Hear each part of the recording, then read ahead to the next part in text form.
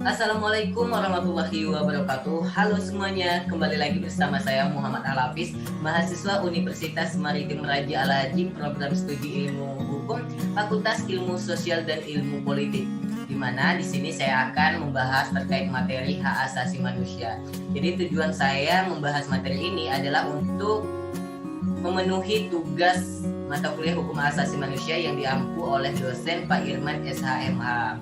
Oke, selanjutnya kita langsung saja ke materi. Sebenarnya apa sih itu hak asasi manusia? Nah, jadi bagi teman-teman atau rekan-rekan semua yang belum tahu terkait hak asasi manusia, maka di sini saya akan menjelaskan bahwasanya hak asasi manusia adalah sebuah konsep hukum dan normatif yang menyatakan bahwa manusia itu memiliki hak yang melekat pada dirinya. Karena apa? Karena dia adalah seorang manusia.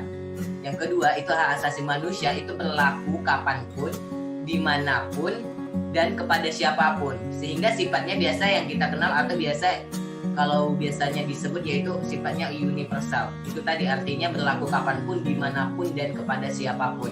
Kemudian itu hak asasi manusia, perlu teman-teman atau rekan-rekan ketahui, pada prinsipnya tidak dapat dicabut. Jadi hak asasi manusia itu juga tidak dapat dibagi-bagi, saling berhubungan dan saling bergantung. Oke, selanjutnya untuk lebih menambah pemahaman teman-teman atau rekan-rekan semua terkait hak asasi manusia, maka di sini saya akan memberikan contoh terkait pelanggaran hak asasi manusia. Di mana sebelumnya perlu saya jelaskan bahwasanya pelanggaran hak asasi manusia itu ada pelanggaran hak asasi manusia ringan, kemudian ada pelanggaran hak asasi manusia yang berat. Yang pertama, kita bahas dulu untuk pelanggaran hak asasi manusia yang ringan, di mana pelanggaran hak asasi manusia itu dilakukan oleh seorang maupun kelompok, tetapi tidak mengancam keselamatan jiwa manusia. Jadi ketika dia melanggar hak asasi manusia yang dilakukan seseorang atau kelompok, tetapi tidak mengancam keselamatan jiwa manusia, maka ini disebut pelanggaran hak asasi manusia yang ringan. Contoh, misalnya di lingkungan sekolah, mungkin teman-teman atau rekan-rekan pernah mengalami. Contohnya seperti ini, seorang siswa dengan sengaja mengejek, mencemooh, dan menyiksa siswa lainnya. Mungkin pengalaman kita waktu sekolah, mungkin zaman SD, SMP, mungkin bahkan zaman kuliah, kita sering melakukan hal ini. Tanpa kita sadari, ternyata ini termasuk dalam pelanggaran hak asasi manusia yang ringan. Kemudian yang kedua itu dalam lingkungan keluarga. Contohnya yaitu mengeksploitasi anak untuk terus bekerja. Padahal kita sebagai anak mempunyai hak, contohnya hak untuk sekolah, belajar, tapi kita dituntut untuk terus bekerja. Nah, ini termasuk dalam pelanggaran hak asasi manusia yang ringan. Kemudian yang ketiga yaitu dalam lingkungan masyarakat. Jadi kalau dalam lingkungan masyarakat itu biasa, contohnya itu seperti ini, menghalangi seseorang untuk melakukan ibadah.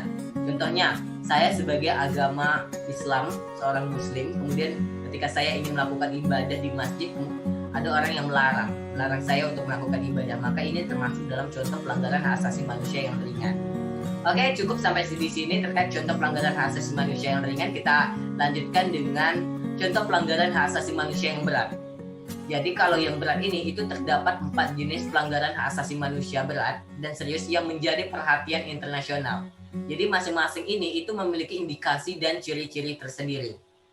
Keempat jenis pelanggaran hak asasi manusia berat ini berdasarkan Statuta Roma dan Undang-Undang Republik Indonesia Nomor 26 Tahun 2000 tentang Pengadilan Hak Asasi Manusia itu adalah yang pertama, kejahatan genosida. Yang kedua itu adalah kejahatan terhadap kemanusiaan, yang ketiga kejahatan perang, yang keempat kejahatan agresi. Mungkin teman-teman atau rekan-rekan semua sudah pernah mendengar terkait 4 kejahatan ini.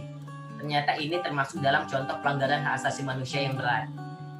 Oke. Selanjutnya setelah kita membahas secara umum terkait apa itu HAM, kemudian contoh pelanggaran HAM, kita beralih ke Komisi Nasional Hak Asasi Manusia. Apa sih Komnas HAM itu? Jadi Komnas HAM ini perlu diketahui sebelumnya ialah ia dibentuk melalui keputusan Presiden nomor 50 tahun 1993. Ia dibentuk dalam konteks dalam negeri dan internasional yang memberi perhatian serius terhadap persoalan hak asasi manusia. Jadi HAM ini dibentuk dikarenakan untuk memberikan perhatian serius terhadap persoalan hak asasi manusia. Kemudian juga dia akibat tekanan internasional atau konferensi dunia hak asasi manusia di Jeneва maupun nasional oleh berbagai organisasi non pemerintah, para fragmentasi di kalangan elit dan peristiwa Sabda Keris di Timor Leste adalah beberapa faktor itu yang mempengaruhi proses pembuatan tersebut.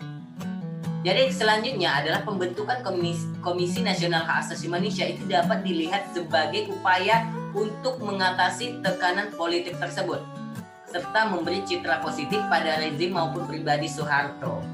Jadi tidak heran jika kemudian pembentukan itu menuai berbagai keraguan khususnya dari lingkungan aktivis LSM atau Ornob akan kapasitas Komnas HAM dalam mempromosikan hak asasi manusia. Dalam kenyataan juga tingkat pelanggaran hak asasi manusia itu saat itu masih sangat tinggi. Meskipun demikian, Komnas HAM selama 9 tahun telah menunjukkan upaya menjaga kemandirian dan intervensi pemerintah. Jadi selanjutnya ialah kita akan membahas terkait dengan masih berkaitan dengan Komnas HAM, di mana selama 6 tahun kemudian atau 2 tahun setelah pemerintahan Soeharto jatuh, dasar hukum dirubah dengan peraturan perundang-undangan yang lebih kuat. Undang-undangnya apa? Yaitu Undang-Undang Nomor 39 tahun 1999. Jadi undang-undang ini dia memberi wewenang yang lebih kuat pada lembaga tersebut sebagaimana dinyatakan dalam pasal 75 Undang-Undang Nomor 39 tahun 1999. Jadi dari sebenarnya Komnas HAM ini memiliki mandat untuk yang pertama, perlu diketahui bahwasanya mandat tersebut yaitu yang pertama mengembangkan kondisi yang kondusif bagi pelaksanaan hak asasi manusia, baik yang ada dalam perangkat hukum nasional maupun deklarasi universal hak asasi dan piagam PBB, di mana yang dalam pasal 55 dan 56 yang menunjuk pada DUHAM sebagai basis pemajuan hak asasi manusia. Kemudian yang kedua itu untuk meningkatkan perlindungan dan penegakan hak asasi manusia guna berkembangnya pribadi manusia Indonesia seutuhnya dan kemampuannya berpartisipasi dalam berbagai bidang kehidupan. Kemudian selanjutnya ialah terkait dengan fungsi Komnas HAM itu sendiri. Setelah kita mengetahui sejarah pembentukannya, kemudian kita akan lanjut dengan fungsi Komnas HAM itu sendiri. Yang pertama itu ada pemantauan, yang kedua itu penelitian dan pengkajian, yang ketiga itu mediasi, dan yang keempat itu pendidikan. Oke, jadi mungkin di sini rekan-rekan yang bisa saya jelaskan terkait materi hak asasi manusia dan juga Komisi Nasional Hak Asasi Manusia. Semoga kita bisa bertemu lagi ke depannya dengan materi-materi berikutnya. Jadi mungkin di sini saya mengucapkan terima kasih bagi teman-teman atau rekan-rekan yang sudah menonton video ini, dan semoga teman-teman dan rekan-rekan semua bisa memahami terkait apa itu Komnas HAM dan juga apa itu hak asasi manusia. Jadi hanya itu saja yang bisa saya sampaikan. Saya akhiri dengan wabillahi taufiq wa hidayah. Assalamualaikum warahmatullahi wabarakatuh.